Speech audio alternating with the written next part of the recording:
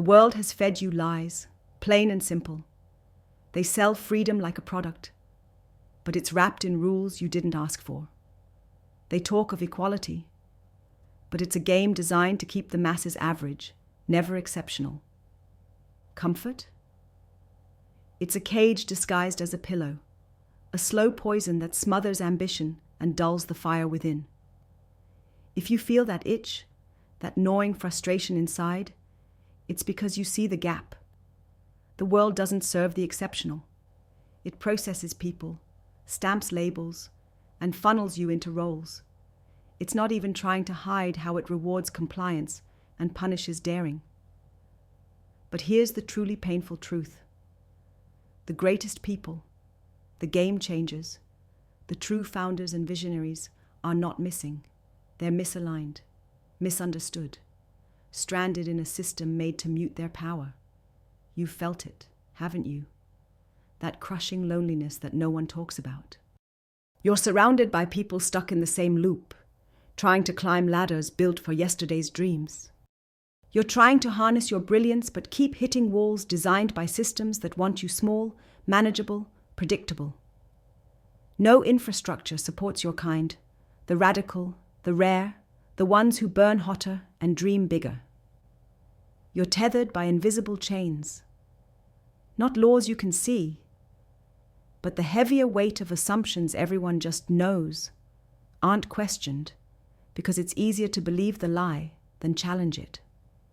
It's exhausting. It's infuriating.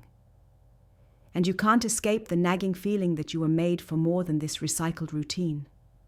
But here's what most don't get.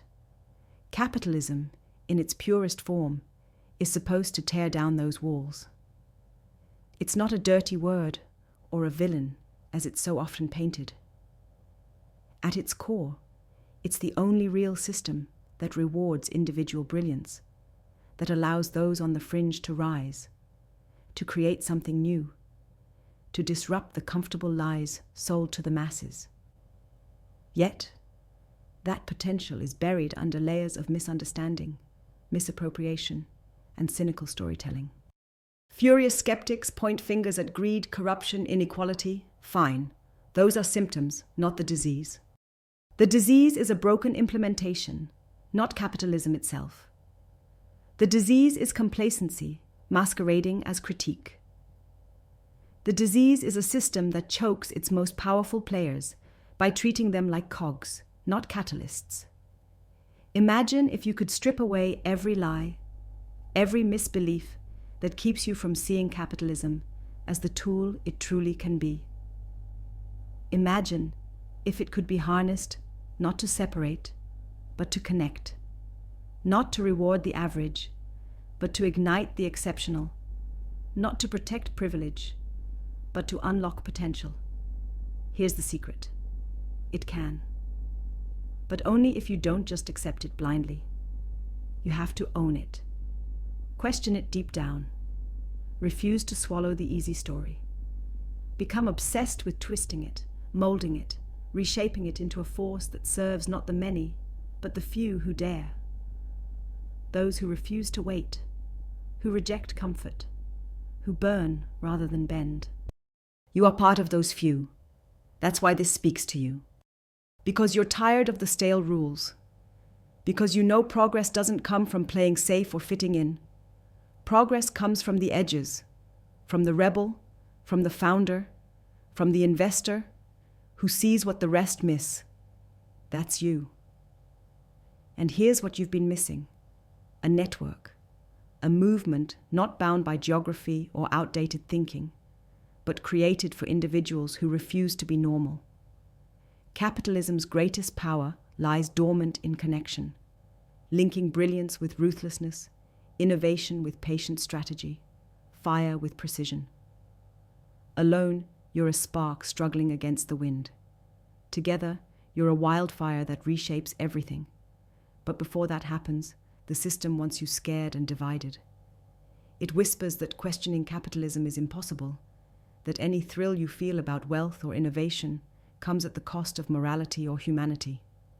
Don't buy that lie. Capitalism is not morality.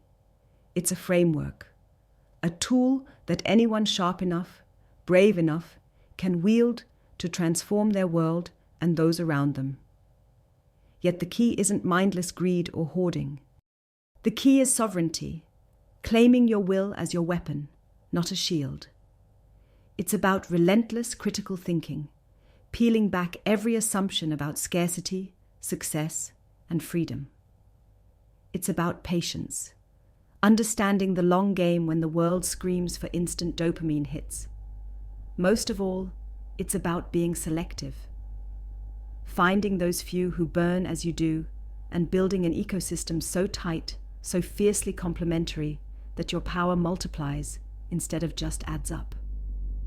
Now, here's what you have to do.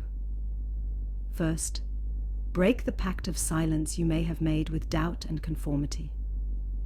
Realize comfort is not your friend. It's the enemy of what you're destined for.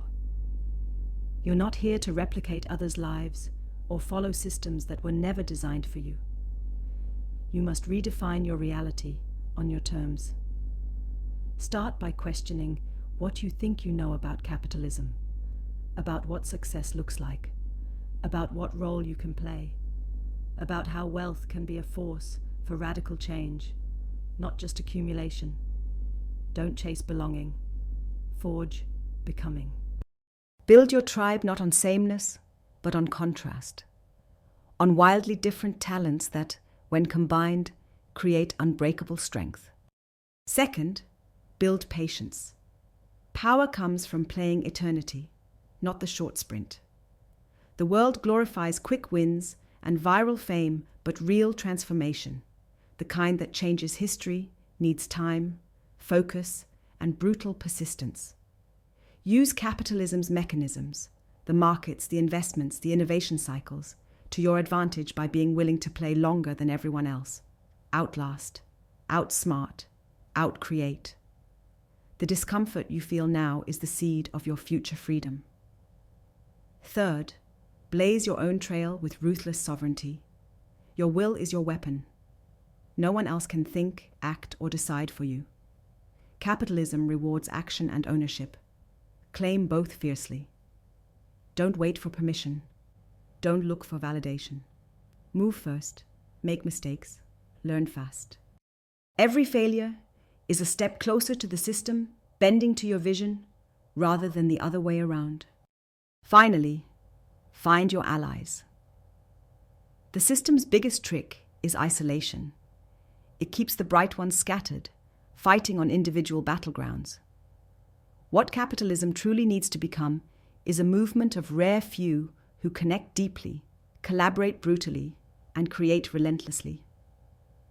You're not in this alone, but you have to seek the right connections, the ones who fuel your fire, challenge your limits, and push the impossible every day.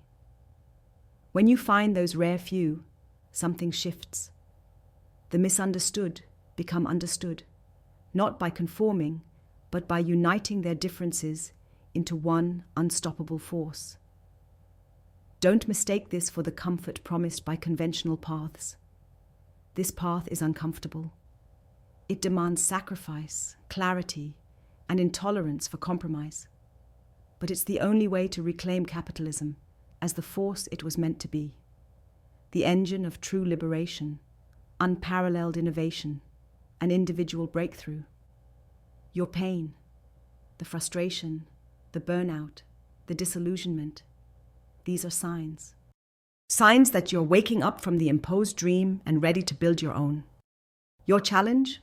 Harness capitalism like never before, not as a victim or a critic, but as a sovereign creator. Tear apart assumptions, remake rules, redefine what freedom means on your terms. This is your call to arms. The world does not owe you comfort or easy answers, but it desperately needs what only you can build. Harness this misunderstood force, own it, reshape it, and in doing so, free not just yourself, but everyone around you who refuses to settle for less. You're not here to fit the world. You're here to remake it.